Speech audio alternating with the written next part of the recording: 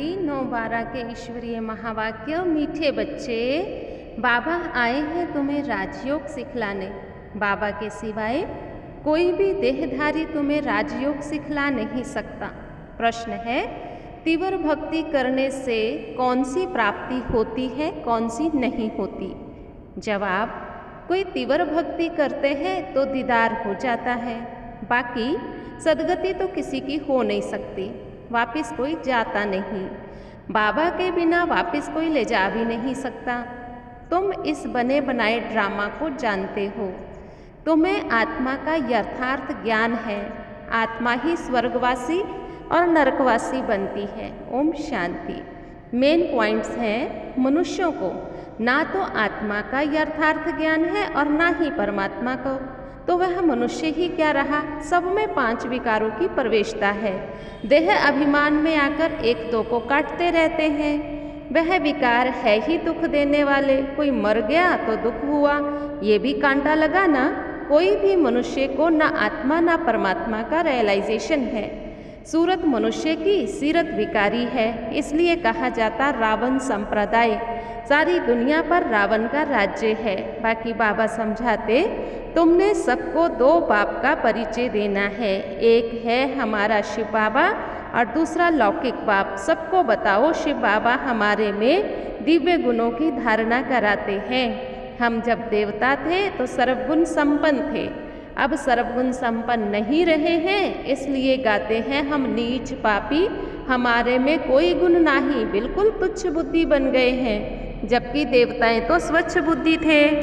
बाप कहते, बच्चे मैं कल्प के संगम पर भारत में ही आता हूँ तुम बच्चों को पुरुषोत्तम बनाने। तुम अब सब भी पुजारी शूद्रवंशी बने हो, मैं फिर से आकर के तुम्हें सूर्यवंशी पूज्य बनाता हूँ। बाबा कहते, एक निराकार बाप को याद करो और कोई भी देहधारी को याद नहीं करना है। बुलाते हैं पतित पावन, आओ आकर हमको पावन बनाओ। तो मेरे बिगर कोई तुम्हें पावन बना कैसे सकता है? तुम ये सोचो, हमारा तो एक शिव बाबा, दूसरा ना कोई। बाप भी कहते, बच्चे गृहस्थ व्यवहार में रहते तुम कमल फूल समान पवित्र बनो। तुम सब सजनिया हो, एक साजन शिव बाबा को याद करते हो। बाकी बाबा ने कहा, ये कल्याणकारी पुरुषोत्तम युग जिसका किसी को भी पता नहीं है, इसको केवल तुम बच्चे ही जानते हो। अच्छा, मीठे मीठे सिकिलधे बच्चों प्रति माता पिता बाप दादा का याद प्यार। Good morning. रूहानी बाप की रूहानी बच्चों को नमस्ते। धारणा के लिए मुख्य सार, कभी किसी भी देहधारी को याद नहीं करना है। मेरा तो एक शिव बाबा, दूसरा ना कोई, यह पाठ पक्का करना है। नंबर 2, बाप समान रूहानी पंडा बनकर सबको घर का रास्ता बताना है। अंधों की लाठी बनना है। वरदान है, सदा बिजी रहने की विधि द्वारा व्यर्थ संकल्पों की कंप्लेन को समाप्त करने वाले संपूर्ण कर्मातीत भव। संपूर्ण कर्मातीत बनने में व्यर्थ संकल्पों के तूफान ही विघ्न डालते हैं। इस व्यर्थ संकल्प की कंप्लेन को समाप्त करने के लिए अपने मन को हर समय बिजी रखो। समय की बुकिंग करने का तरीका सीखो। सारे दिन में मन को कहाँ कहाँ बिजी रखना है, ये प्रोग्राम बनाओ।